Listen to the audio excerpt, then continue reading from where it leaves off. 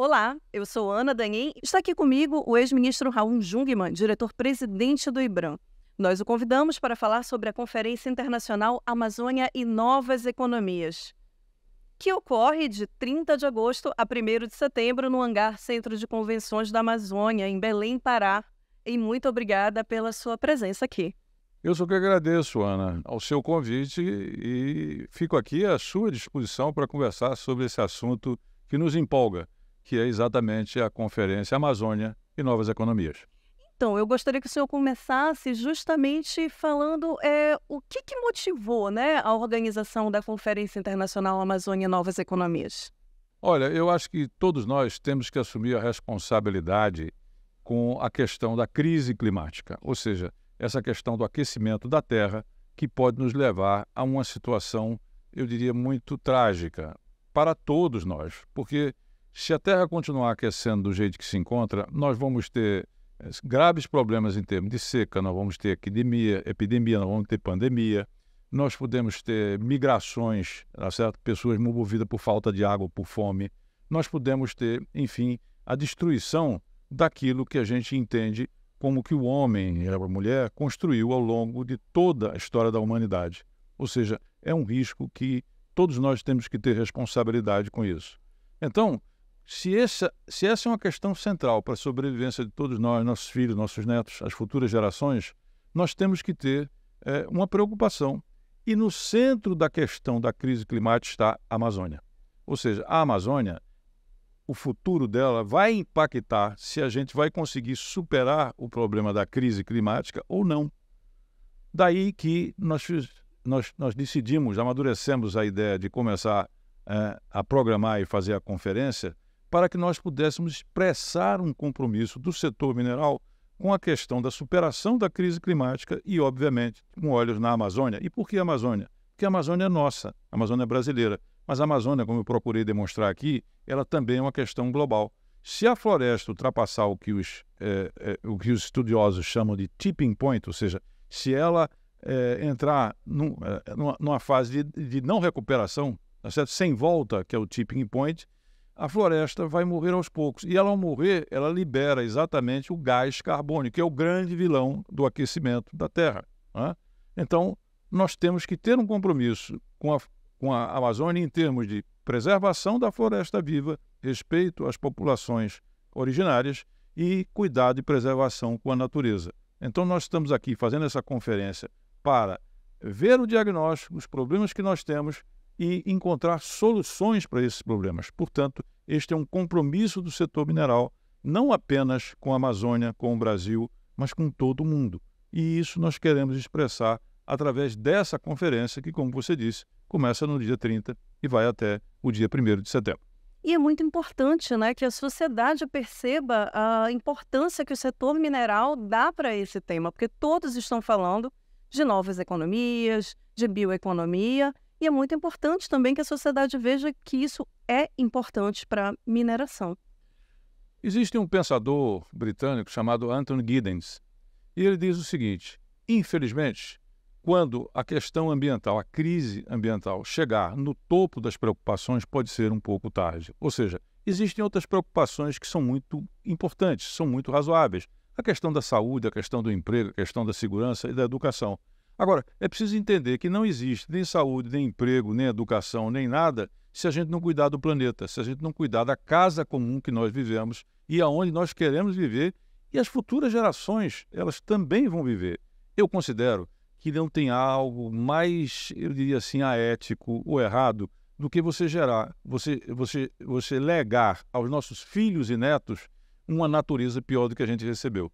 Então a gente tem a obrigação de cuidar dessa natureza, porque nós somos parte da natureza, nós vivemos da natureza, dela nós tiramos o alimento, nós a água que a gente bebe, o ar que a gente respira. Então a gente tem que cuidar disso. E o setor mineral se preocupa com isso, não é? E por isso mesmo é que nós estamos aqui reunindo gente de todo mundo.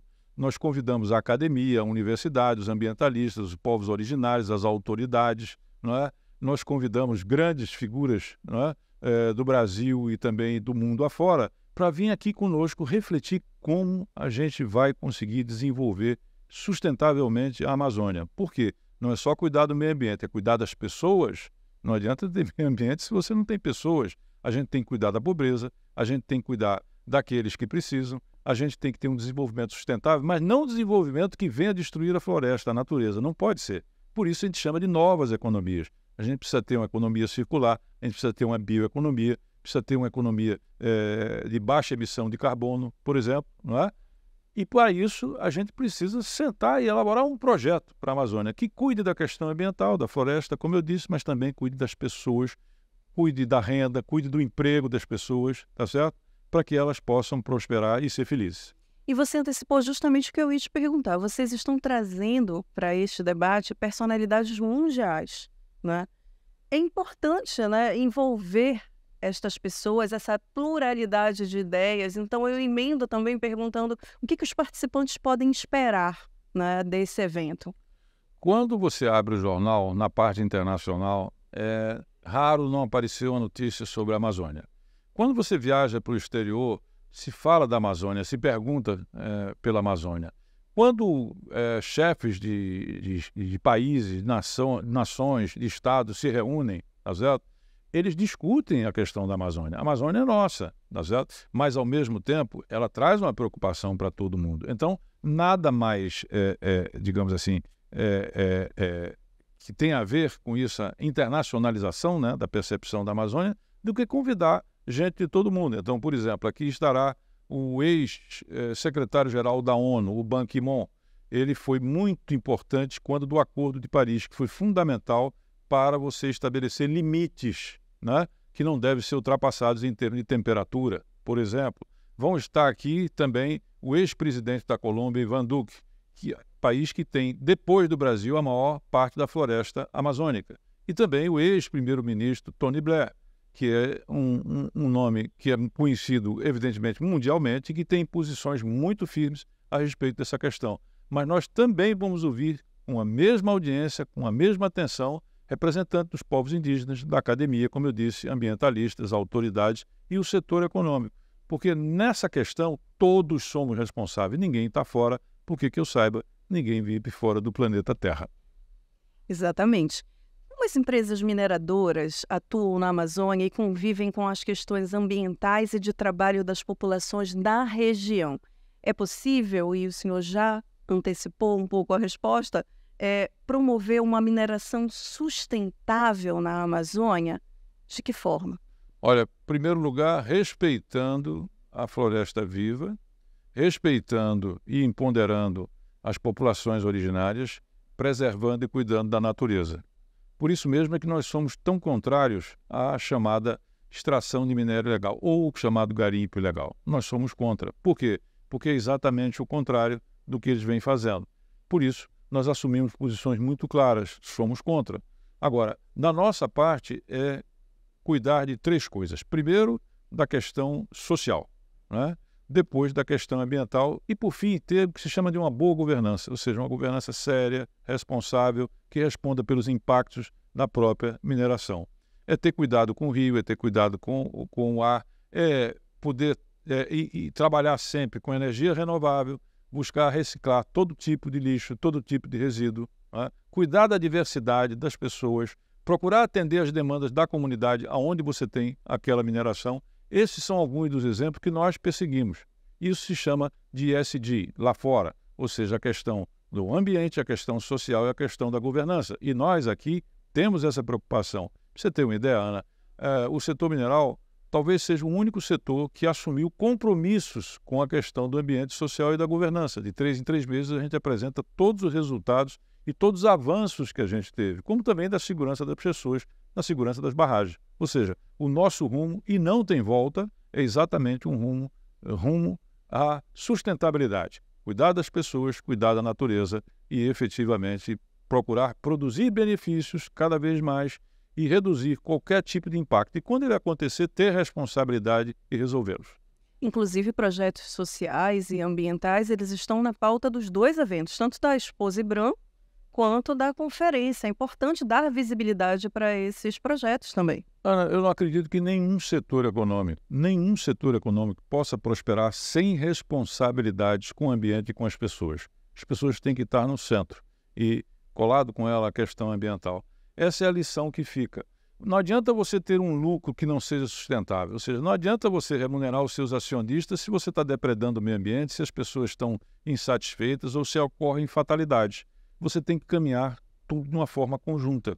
Por isso é que o setor vem aqui para dizer, olha, nós temos um compromisso com a questão social, nós temos um compromisso com a questão ambiental, que na verdade são os dois trilhos, né, como se costuma dizer, de uma única questão, que é preservar a vida, de preservar o planeta, de cuidar de todos e ter responsabilidade com todos. Não é apenas com o seu negócio.